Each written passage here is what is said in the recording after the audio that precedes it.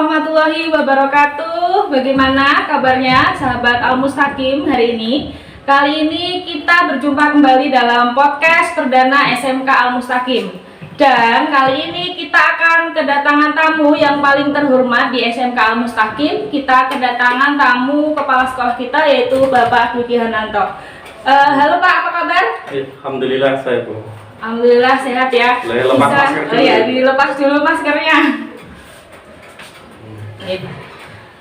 Bisa disapa dulu sahabat Al-Mustaqim di luar sana Pak. Ya, assalamualaikum warahmatullahi wabarakatuh. Selamat pagi, Jumat yang berkah ini. Alhamdulillah hari ini saya diundang oleh tim podcast SMK Al-Mustaqim bahwasanya untuk menghadiri acara perdana podcast Al-Mustaqim yang dimana memang digadang oleh beberapa guru tim kami yang menuju profesional ya, yang digawangi mungkin nanti bisa diterangkan oleh Ibu Amiratul Zaimah sendiri ya. Mungkin itu nanti monggo apa yang ingin mungkin didiskusikan dari Ibu Ami dan hal-hal lain apa yang ingin kita sharingkan untuk yang pastinya kemajuan dan kemanfaatan di SMK maupun sekitar lingkungan SMK, harapannya memang seperti itu. Ya, Pak. Terima kasih sudah menyapa sahabat Al-Mustaqim di sana. Berikutnya bisa perkenalan dulu dari mungkin nama, tanggal lahir, biar kita saling kenal Pak. Oh siap. Ya. Ya. Kadang seperti itu ya. Di kantor pun setiap hari ketemu kadang nggak tahu. Ya, karena memang menjadi hal yang wajar di usia sekarang kita ini mungkin 20-30 atau ada yang hampir 40 untuk hal-hal yang sepele ataupun tanggal lahir dan lain-lain memang tidak tahu, itu sangat wajar. Ya, pertama perkenalkan, nama saya Dwiki Hananto yang masih bergelar SPD untuk 2021 ini. Semoga nanti mungkin ada takdir lain yang bisa menuju jenjang selanjutnya. Amin. Gitu. Ya, saya kelahiran tahun 1992 tanggal 23 Juli itu. Kalau nggak salah harinya Selasa gitu. Ya, itu tempat tinggal di Boyolali dekat dengan Bandara Adi Sumarmo dan asrama haji yang sangat terkenal, asrama haji Donohudan, karena adanya COVID-19 yang menjadi tempat isolasi seperti itu. Ya, selanjutnya kalau jarak dari rumah dan sekolah ya 1 jam. 1 jam. 1 jam itu santai, mungkin santai ya. Kalau rotok ngebut 45 menit, tapi kalau barengi pabrikan karena rute saya melewati jalan kawasan industri, di Sambi ada pabrik Samkyung atau apa itu saya lupa, yang intinya garmen ya. Untuk saya sudah alhamdulillah sudah memiliki 1 orang putri 2 tahun umurnya. Dan untuk apalagi yang bisa saya kenalkan, yang saya dulu memang tidak menyangka bisa sampai SMK Al-Mustaqim, intinya seperti itu. Nanti mungkin ada kita kupas tuntas lagi di narasi-narasi selanjutnya. Mungkin yang tidak lupa juga yang perlu saya kenalkan juga, nama sudah, tempat tanggal lahir sudah, domisili sudah, apalagi ya Bu kira-kira? Ya, itu diantaranya Pak. Kalau misalkan saya lihat dari tanggal lahir Pak, kalau tanggal lahirnya 92 ya Pak ya? Iya. 92 berarti sekarang usia sudah 29 tahun, alhamdulillah. Ya, alhamdulillah. Kalau di usia 29 tahun itu di MKKS itu kira-kira paling muda atau ada yang lebih muda lagi Pak? Untuk terakhir raker yang kami lakukan di Hotel Laras Asri di bulan September tanggal 10-11 kemarin, itu sekarang sudah ada yang lebih muda daripada saya. Selisih 6 bulan. Intinya itu, selisih 6 bulan. Tapi sebelumnya saya yang paling muda. Itu jadi banyak apa ya, banyak rasa mungkin pertama gitu minder ataupun nom dewi kancaku sapa seperti itu dan KKS itu. Sekarang udah ada belajar, ya, Pak, ya? ya akhirnya banyak belajar dari beliau sudah profesional. Karena yang perlu saya tekankan lagi, dari MKKS Serase Kabupaten Semarang banyak melahirkan orang-orang penting, Bu, yang diantaranya Pak Dirjen sekarang, Dirjen Pak Jumeri, ST, MT, MP, itu dulu juga dari kepala sekolah swasta diangkat negeri, memegang bawen, terus karirnya naik jadi juara kepala sekolah nasional, dan naik akhirnya jadi disbud provinsi, kadisbud, naik lagi di tahun 2019 kalau nggak salah kemarin, akhirnya jadi dirjen. Itu sekarang juga ada yang menyusul juga, mungkin sekedar pengetahuan juga bahwasanya Kabupaten Semarang banyak melahirkan orang unggul, diantaranya yang SMK Prengapus ada kepala sekolah Bu Farida juga yang juara nasional juga. Ya harapannya ya pasti banyak lah dari itu semua. Kami yang muda ingin meniru prestasi dari yang sudah senior-senior, intinya itu, Bu. Intinya belajar kembali gitu, Pak, ya. Oke. Kemudian kalau misalkan di usia 29 tahun sudah menjabat menjadi kepala sekolah, bagi saya itu sangat luar biasa gitu, Pak, ya. Saya mau tahu apa motivasi yang sering ditanamkan dalam diri Bapak sendiri sehingga bisa sampai seperti sekarang ini, Pak? Kalau motivasi gimana ya? Saya itu sejak kecil tuh diajarkan, bukan diajarkan secara langsung dari orang tua, tidak, tapi karena keadaan itu memang dari kecil sudah bagaimana caranya kita mandiri, melakukan pekerjaan secara penuh rasa tanggung jawab, dan harus berusaha mencintai pekerjaan. Yang saya sangat ingat dari pesan Bapak saya sudah almarhum itu, cintai pekerjaanmu dulu. Jadi cintai pekerjaanmu saat kamu bekerja, gitu. Yang bila saya maknakan luas lagi, memang dari kecil saya dilatih keterbatasan dalam secara ekonomi saya kurang, tapi karena gemblengan itu selevel saya, bukan untuk menyombongkan diri atau bagaimana, di kampung saja itu seangkatan saya untuk yang akhirnya bisa sampai ke taraf ini, itu alhamdulillah ya saya termasuk yang unggulan karena keterbatasan itu. Ada beberapa juga yang bisa saya ceritakan, pesen mungkin sekitar sekedar sharing kepada teman-teman yang nanti melihat ataupun mendengarkan. Ya, tidak ada kata yang tidak mungkin jika kita mau selalu berusaha. Dulu saya tuh nggak pernah ada saat SMP atau SD atau SMK pun lah, nggak pernah ada keinginan untuk menjadi seorang guru, belum pernah muncul gitu. Karena keluarga juga basicnya wirausaha, pedagang, bapak ibu itu pedagang, dan dari kami struktur keluarga kami besar kami pun jarang yang ada menjadi seorang pendidik dan akhirnya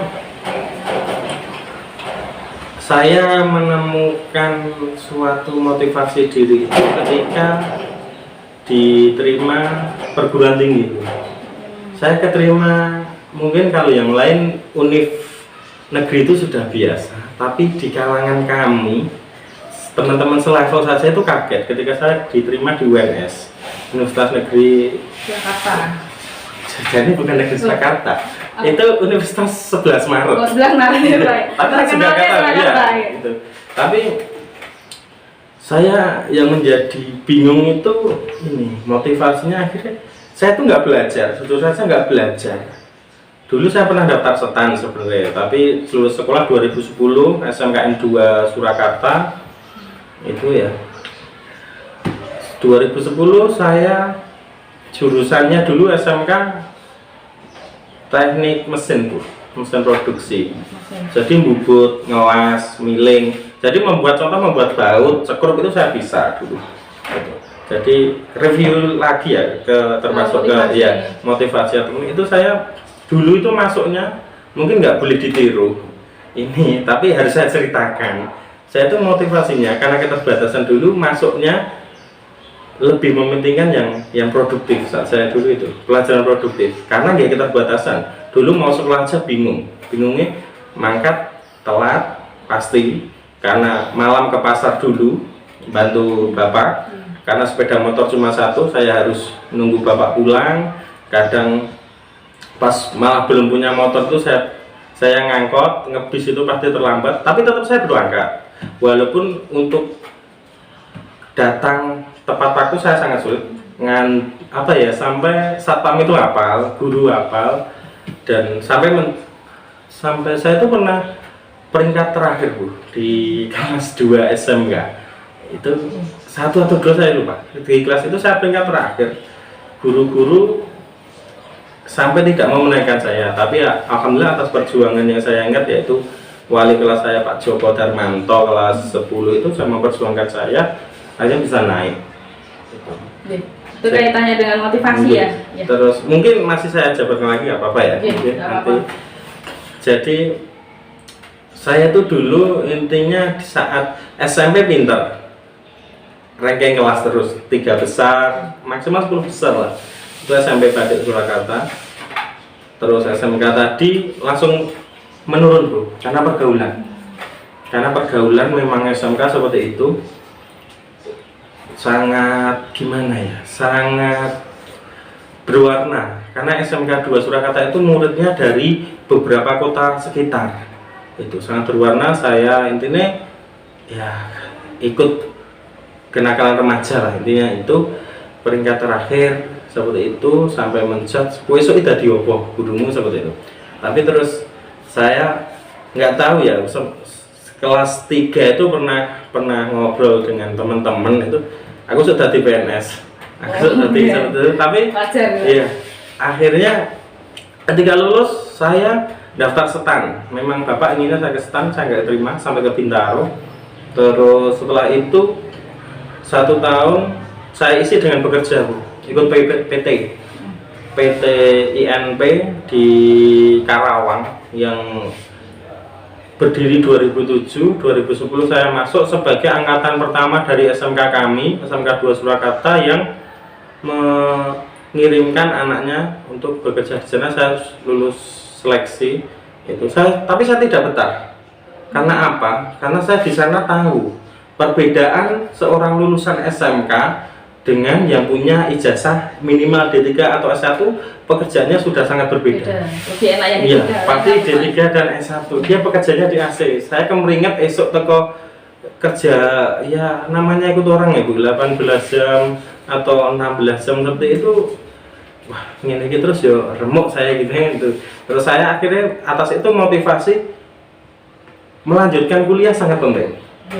Atas dasar kalau dulu melihatnya dari kacamata itu, yang aku lanjut kuliah S1 tengok-tengok gue nasi seperti itu, kerja dan gajinya besar itu. Jadi saya terus itu pulang 3 bulan, saya nggak betah, ya udah pulang. Saya udah punya pengalaman, dan itu ketika mau ujian S1 masuk di Universitas 11 Maret itu tanpa belajar karena juga keterbatasan ya, tapi atas pertolongan Gusti Allah dan saya disadarkan akhirnya titik balik saya memang di situ.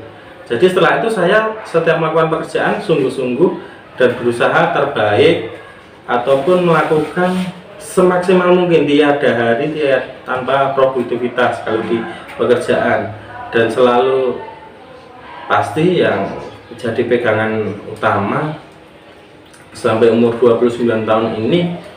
Setelah masa-masa itu sama masa kuliah ya berusaha selalu melibatkan ajaran Islam ya. Kita selalu melibatkan Gusti Allah di dalam kita melakukan suatu kegiatan. Jadi seperti akhirnya sampai jadi seorang kepala sekolah ya tadi. Intinya saya tidak sadar juga atau tidak pernah bermotivasi. Jadi kepala sekolah Iya, itu Pak ya. nggak pernah ada. Yang penting kita maksimal dalam Iya. mengerjakan segala sesuatu. Maksimal karena rumah saya kebetulan jauh dari sekolahan. Itu ya sebisa mungkin setiap hari di sini, kadang kan namanya guru ada masa kadang rodok longgar. Nah, seperti itu saya tanamkan memang rakitan sidik atau bagaimanapun ada jejak pekerjaan yang saya tinggalkan ketika saya sudah sampai di sekolahan itu, dan tidak menunda-nunda pekerjaan sebisa mungkin. Ya mungkin sama seperti yang dialami oleh atau dilakukan oleh bapak ibu yang lainnya, ketika ada pekerjaan setelah saya selesaikan itu biar tidak tertumpuk-tumpuk akhirnya malah bingung. Jadi untuk motivasinya ya kita harus selalu pastinya ya mengikutkan, atau karena kita muslim semua kita kembalikan ke ajaran agama kita, selalu melibatkan, tidak melupakan bahwasanya ajaran ataupun apa yang kita lakukan itu ada pertanggungjawabannya. Terus jika kita menanam baik, insya Allah pasti dapatnya baik. Seperti itu. Jadi hal seperti itu sih yang saya bisa terangkan motivasinya. Oke, terima kasih Pak untuk motivasi. Jadi kita harus mengerjakan pekerjaan, apapun pekerjaan kita itu secara maksimal gitu Pak ya. Dan suatu saat nanti karena proses tidak akan mengkhianati hasil, kita akan memetik apa yang kita tanam tersebut gitu Pak. Tadi sudah dijelaskan panjang lebar tentang apa ya, motivasi yang sudah merembet juga ke background kepala sekolah. Dimana yang lulusan SMK otomotif Pak ya, yang juga mesin kuliah ngambilnya otomotif. Karena sudah punya dasar mesin, tinggal pengembangan maksudnya otomotif. Itu terima kasih. Kalau proses Pak, proses yang dilalui sebelum jadi kepala sekolah, apakah dulu ngajar di mana sehingga bisa sampai di sekolah ini?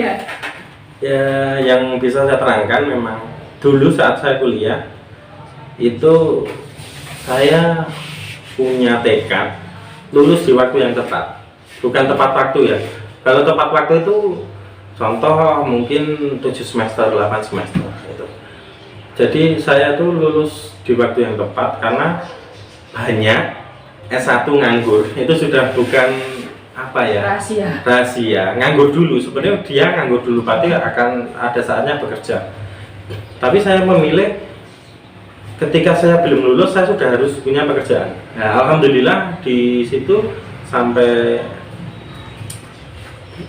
saya skripsinan di bulan puasa itu ada rekrutmen sarjana mengajar, program rekrutmen bahwasanya untuk fresh graduate ataupun yang lulus 1-2 tahun ada peluang mengajar di daerah yang tertinggal. Tapi kalau untuk sarjana mengajar sebenarnya tidak tertinggal banget sih, beda dengan SM3T. Kalau 3T jelas tertinggal, terluar, terdepan, terpencil, terdalam, nah seperti itu. Tapi kalau saya tidak, alhamdulillah di situ ada formasi di Wonogiri. Saya daftar di situ melalui proses seleksi dan akhirnya endingnya keterima Bu. Itu perjalanan saya keterima itu saat saya belum lulus, saya sudah keterima kerja.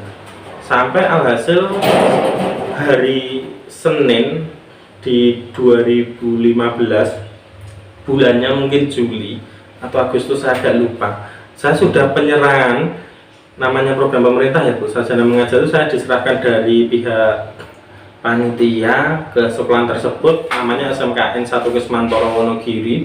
Itu juga desa banget sebenarnya, SMK-nya desa. Itu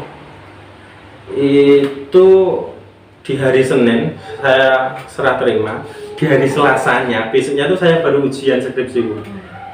Sidang skripsi sudah keterima dulu. Iya, alhamdulillah seperti itu ya. Ini itu saya sarjana mengajar selama 1 tahun di Kesmantoro. Di sana sangat banyak pengalaman dan kami seorang junior, intinya guru anyar, guru lagi wae, banyak ilmu yang saya serap dan hasil saya purna 2016 program berakhir sebelum tahun ajaran baru 2016-17. Saya sempat nganggur 1 bulan Bu. Nganggurnya itu karena memang belum ajaran baru belum dimulai. Saat 1 bulan itu saya mengirimkan 7 lamaran ke SMK sekitar Solo sampai dan termasuk Al-Mustaqim juga.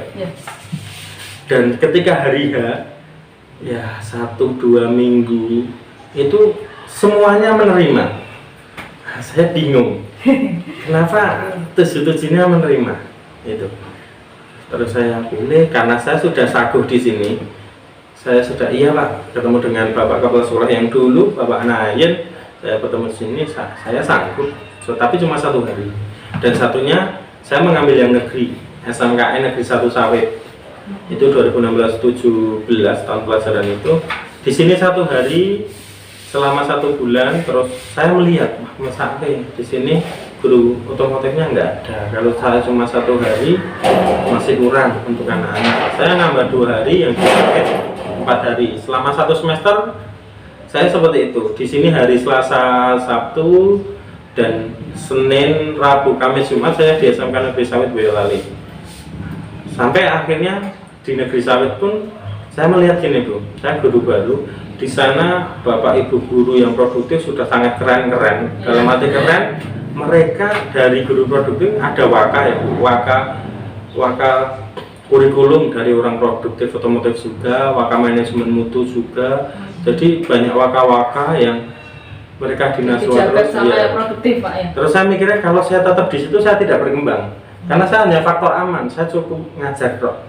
Pelatihan dan lain saya tetap masih jujur saja peluangnya kan tertutup. Tapi yang senior dulu, apalagi non sewu ASN banyak untuk tanggung jawabnya. Intinya itu mereka harus punya jabatan, mereka harus memenuhi kredit point dan lain-lain itu. Dan akhirnya tahun 2017 tadi saya 1 semester 2017 awal tahun itu saya ke SMKN Muso itu karena di sana gurunya baru 2, intinya butuh guru 5 tapi hanya ada 2. Saya masuk di sana. Nah di situ juga banyak hal baru, tantangan. Intinya saya itu orang yang suka tantangan, orang tidak suka yang hanya level aman. Ya, hanya level aman saya tidak suka karena ada fase kejenuhan pastinya itu. Intinya di situ saya banyak tetap nyambung dengan SMK Al-Mustaqim ini. Di sini 2 hari, Muso 4 hari, sampai akhirnya di 2019 karena saya mengamati juga, saya memang harus memilih karena nyabang itu resikonya satu di sosial dengan rencang-rencang guru entah di sini di SMK Muso dulu ketika ada tilian, ada event apa kan eventnya bareng Bu. Kalau SMK sini PPDB sana PPDB, terus sini wasana-wasa sana wasana-wasa, jadi akhirnya repot dan saya akhirnya harus memilih salah satu dan saya pilih putuskan di sini 2019 dengan harapan memang di situ masih ada teman-teman mungkin yang sekarang sudah bekerja di tempat yang lebih baik, Pak Adi, Pak Anop. Kita pernah bermimpi bagaimana mengembangkan sekolah ini semakin besar lagi, bagaimana tapi alasannya itu akhirnya saya memutuskan itu. Terus teman yang dulu PLT Pak Anam keterima sebagai kadus yang lebih baik juga. Terus Pak Adi juga akhirnya iya aku budget sini dan malah saya juga tidak tahu kenapa dijadikan kepala sekolah karena di sekolah kan yang memutuskan dari yayasan. Saya juga tidak tahu kenapa pilihnya saya. Itu berat bagi saya karena amanah kepala sekolah itu harus menjadi contoh, harus ya yang paling harusnya bisa yang menjadi yang paling entah paling baik, paling disiplin dan lain-lain itu. Ya intinya seperti itu. Kenapa bisa sampai jadi kepala sekolah? Iya, jadi sebenarnya nggak tahu ya, hal kredit poin mana yang dipandang oleh yayasan sehingga mengantarkan saya menjadi seorang kepala sekolah. Kalau saya melihatnya itu kalian jenengan itu orang yang Pak, jadi sikap. Mungkin itu yang membuat yayasan memilih jenengan, antaranya faktornya itu. Nah, terima kasih sudah menjelaskan proses Pak sebelum menjadi kepala sekolah. Saya mau tanya berikutnya tentang program. program jangka pendek ataupun program jangka panjang yang bisa atau yang akan diterapkan di SMK Al-Mustaqim ini? Kalau program jangka pendek, jangka panjang pastinya sudah kita gagas, atau mungkin muaranya dari saya atau dari teman yang lain sudah jangka pendek. Untuk jangka pendek SMK Al-Mustaqim, karena kita harus mensinergitaskan sinergi antara apa yang dibutuhkan oleh murid, intinya apa yang dibutuhkan oleh murid coba kita sinergitaskan, dan akhirnya keluar program yang bagaimana antara kebutuhan, terus karena kenyataannya sekolah kita itu di tengah perkampungan warga gitu, dan akhirnya itu membuat kita harus benar-benar pilih program jangka pendek yang bisa kita lakukan. Jujur saja memang program itu pasti berkaitan dengan satu, jumlah murid, yang kedua keuangan, yang ketiga lingkungan sekitar, yang keempat bagaimana nanti masa depan anak. Karena SMK itu adalah sebuah proses, inputnya dari MTS atau SMP, outputnya nanti entah mereka jadi 3 cabang. Yang saya harap berwirausaha, cabang pertama, cabang kedua pendidikan, melanjutkan, yang cabang ketiga semoga tidak menjadi pengangguran. Walaupun kadang memang ada beberapa yang nganggur sebentar, itu tidak bisa. Akhirnya programnya gini, program jangka pendek yang harus kita lakukan memang, kalau saya pernah membuat berdikari ya, yang pernah berdikari itu yang pertama bertakwa, atau kita kuatkan sisi religius anak-anak dengan program alhamdulillah yang sama tahfiz, terus program harian awal ya, sholat duha, asmaul husna, sholawatan, yang dasar-dasar itu tertanam. Karena tidak bisa dipungkiri banyak hal yang kita rasakan. Saya sendiri karena bisa merasakan perbedaan di negeri dan swasta, nun sewu, karena saya harus, pengalaman saya memang kita yang di swasta tuntutan juga sekarang bagaimana sekolah hidup, sekolah bisa menghidupi dirinya sendiri, swasta yang kecil seperti kita. Akhirnya lewat program itu harapan saya penguatan religius, anak-anak matang. Alhamdulillah juga memang Pondok Al-Mustaqim sudah berdiri juga 2-3 tahun ini, sehingga entah di masa depan mereka mau menjadi apa, jika program kita kuat di religiusnya tadi, insya Allah menjadi anak-anak yang dalan gitu. Yang program tadi tahfidz, program kebiasaan awalan pagi sebelum belajar itu duha, sholawatan, mulhuna, itu tetap kita galakkan. Terus berdikari, terus yang harus lewat program disiplin juga, memang program disiplin 1-2 tahun ini harapan saya anak-anak benar-benar bisa peka akan respon. Yang pertama mungkin contohnya saja, saya tidak mulus-mulus dalam program disiplin, dalam arti wayah masuk, wayah istirahat toh, wayah kudu lembur lembur. Untuk anak-anak mungkin yang di kegiatan produktif ada kegiatan ekstra atau bagaimana, itu disiplin seperti itu aja. Wayah sholat sholat toh. Nah, disiplin dalam arti itu kita programnya memang kalau didetailkan lewat tulisan tidak bisa, tapi kalau kita lakukan ketika yang selanjutnya kreatif. Program yang kreatif adalah dimana kita tidak membatasi anak-anak kita hanya semacam apa ya Bu, contoh seorang siswa UTKP perkantoran tidak melulu pengetahuan tentang bagaimana menjadi sekretaris yang baik, noto arsip bagaimana, surat menyurat, tidak, karena kita harus mulai akan keadaan sekarang dan yang akan datang. Akhirnya memang di tahun ini sisipkan program multimedia, sisipkan program bisnis daring untuk anak-anak. untuk pelajaran mereka. Karena untuk apa? Untuk mengawal itu. Karena tidak semua sekarang saja perekrutan perangkat desa, kantor itu minimal mungkin kelasnya D3 atau 1. Lulusan SMK ya mungkin ada tapi kurang diperhitungkan. Itu akhirnya syaratnya SMA, tapi yang daftar rata-rata S1, S2 bahkan. Pasti lebih memilih itu. Jika saya menjadi seorang pimpinan, ini ada input yang S1, biar pasti insya Allah kerjanya lebih baik daripada yang SMK. Biasanya seperti itu. Secara strata memang tidak bisa dipungkiri, tapi itu.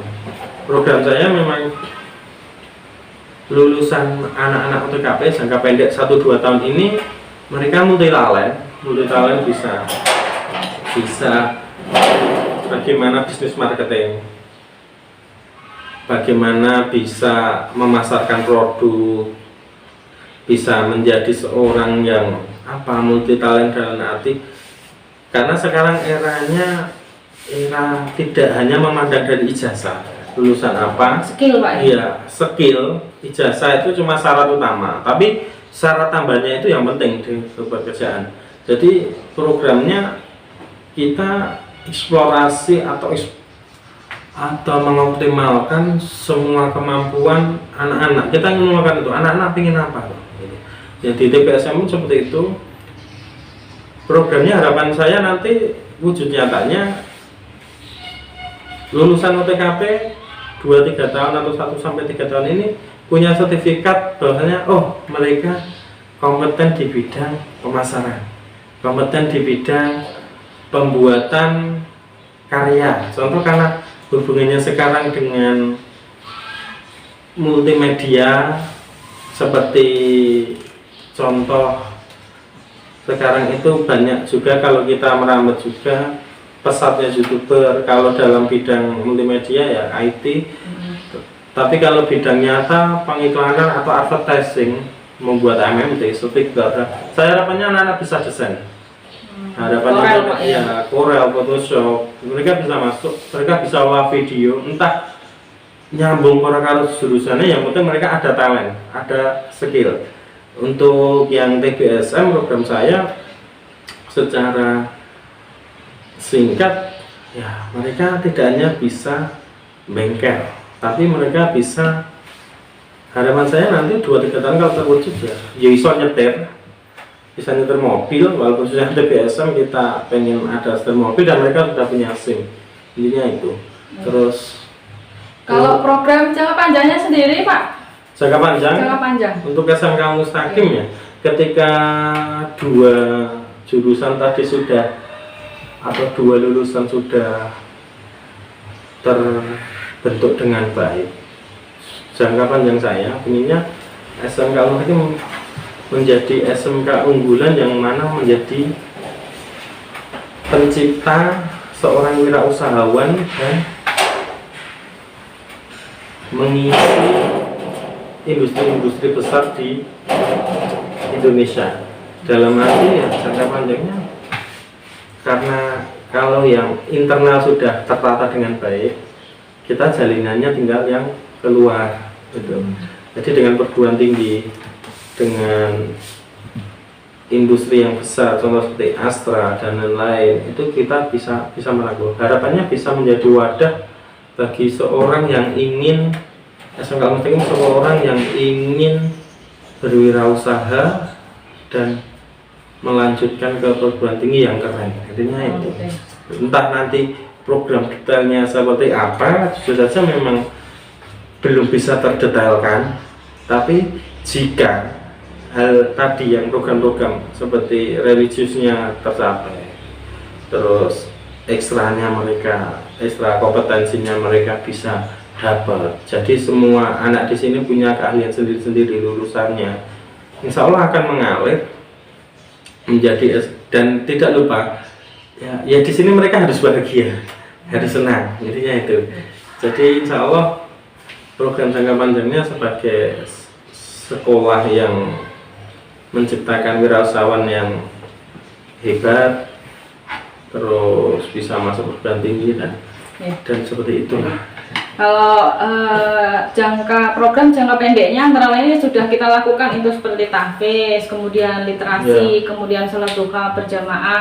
Kalau jangka panjangnya tadi dapat kita simpulkan bahwa beberapa tahun ke depan insya Allah SMK Al-Mustaqim akan mencetak wirausahawan yang masuk ke dalam dunia industri dan perusahaan-perusahaan besar, Pak ya. Amin. Kita doakan semoga terjadi seperti itu. Apa harapan untuk SMK Al-Mustaqim ke depannya? Harapan yang bisa disampaikan? Harapannya SMK Al-Mustaqim bisa menjadi contoh bukti nyata bagaimana semua yang besar itu berawal dari yang kecil. Semua yang hebat berawal dari yang tidak hebat. Tapi ada proses di situ, kita selalu belajar, bekerja keras, berdoa, pastinya berdoa. Itu bagaimana saya ingin, memang harapannya nanti secara khusus SMK Al-Mustaqim bisa go nasional. Dalam arti go nasional, terkenal secara nasional, entah dalam prestasi apa. Karena gini, jika kita ngayai KB, semua bidang ingin kita unggulkan itu tidak bisa. Tapi kalau kita mencuplik 1-2 bidang, oh ini prestasi ini bisa mengantarkan nama SMK Al-Mustaqim ke nasional. Nah itu harapan saya, tidak melulu kita bisa menjadi contoh untuk SMK-SMK sekitar yang mungkin dalam fase bangun yo ora jejeg, turu yo ora angel. Dalam hati kita di fase itu, saya harap nantinya kita bisa menjadi ini SMK Al-Mustaqim bisa membalikkan telapak tangan, berarti kita bisa berdiri tegak. Masalah finansial, masalah SDM kita akhirnya sudah punya siswa yang banyak, guru yang berkualitas, keuangan yang subur itu, dan prestasi yang mentereng, dan manfaat yang jelas itu kita bisa manfaat untuk internal dari sekolah kita sendiri, merasakan manfaat kesenangan dari murid maupun guru yang berada di SMK Al-Mustaqim, warga sekitar, dan mungkin manfaat untuk lingkungan luas. Mungkin itu. Pada intinya SMK Al-Mustaqim harapannya bisa menjadi contoh SMK-SMK sekitar, dan harapannya lagi SMK Al-Mustaqim bisa go internasional gitu Pak ya. Mudah-mudahan apa yang kita inginkan tercapai, karena hari ini hari Jumat, insya Allah akan terkabulkan. Amin ya robbal alamin. Terima kasih Pak sudah hadir di sini. Saya tutup. Terima kasih sudah menyaksikan podcast perdana SMK Al-Mustaqim. Kita jumpa lagi dalam podcast berikutnya. Sekian. Assalamualaikum warahmatullahi wabarakatuh.